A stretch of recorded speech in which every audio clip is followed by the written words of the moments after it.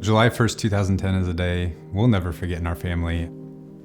I had come home from work, and it was a typical night for a family of 5. We were going to the pool, doing our normal usual summer activities, coming home, eat dinner. I went to bed just like any other night. The kids were really young at that time. They were 10, 3, and 18 months. And that night, we actually had went on a run in the neighborhood. For whatever reason, about halfway through, she's like, hey, I've got to stop. I don't feel good. I'm really tired. I kind of brushed it off as mommy fatigue. With the kids being that young, they had been swimming all day. We had just got back from vacation. Didn't think much about it. So we went about kind of our normal routine at night, got the kids to bed. And about 10:30, Becky stood up in our bedroom, walked to the bathroom, turned around and looked at me and said, I love you. Not something she typically did before she went to the bathroom, but after that, she walked in and I heard her collapse on our bathroom floor. I ran in. I'm a nurse, and it's something I recognized right away. She wasn't breathing the way she was supposed to be. I immediately started CPR. I did CPR for a couple minutes. I realized she wasn't coming back. I've done CPR a lot. I've probably done CPR at that time, probably 20, 25 times at least on patients. And when you're doing it on your loved one, it's a lot different. You know, you think they're gonna wake up like they do in the movies, and she didn't. So I ran downstairs, I grabbed our phone. So I did CPR for 11 minutes. Paramedics arrived and they took over.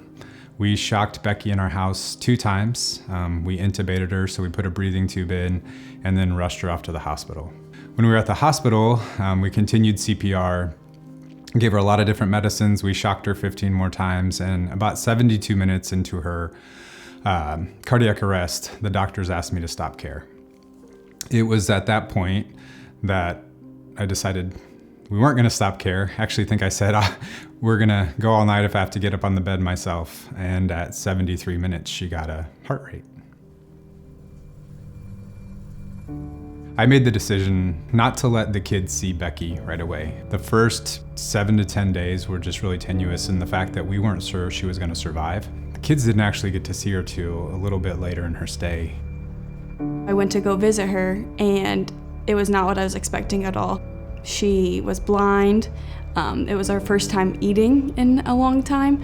So it was very, put me in the place like, oh, my mom's really sick. She needs help eating. She needs help seeing. She's not really aware of what's going on around her. She had to basically retrain her brain to do everything again. When I first saw her, it was kind of almost like, you know, when, you go and you give her mom a big hug, it was kind of reversed. The situation was reversed. I think I probably took a little bit more than I could give, but just what a blessing that she's been to me. I had to go through a long recovery process. There were things that I all of a sudden would realize I couldn't do. I was relearning to tie my shoes when my little ones were. So JC was coming alongside helping me to teach kids to tie shoes and teach me to tie my own shoes. When I think about JC through this whole thing, she never complained. She never questioned what was going on. At least she didn't say it. She just stepped up. To this day, they all have a very strong bond. The younger 2 look up to her. I remember that summer I started 5th grade, so first time leaving elementary school, and she got to come home and was able to go to like orientation with me. And I think that's one experience I do remember, like my mom actually gets to go with me to just normalcy, like normal things. I mean, just the normal milestones, 16th birthday, graduation, and I couldn't imagine not having her there for those things. Watching her walk down our steps in her prom dress was a beautiful moment where I thought I may never have been able to do that. And what a blessing that I'm here. She just had her nursing pinning where she was able to be pinned and become a nurse. And so when she was little and I was getting pinned as a nurse, she pinned me at my pinning ceremony. And then I now got to pin her. So it was just such a neat experience that we shared together, and would never be able to do that if it wasn't for the CPR that saved my life. Looking back on it now, it's a miracle what happened. You don't see a story like this every day. Without Hands-Only CPR and without Josh being able to start that right away, who knows what the outcome could have been. My family may look very different today, and I may not have my mom. Still to this day, we don't know why I collapsed from sudden cardiac arrest. So that leads me to share with you guys how important it is that everybody learn CPR. The fact that you can learn something in a couple minutes and save someone you love's life speaks volumes. I think 80% plus of cardiac arrest happens in the home. So that's why it's so critical for people to learn it.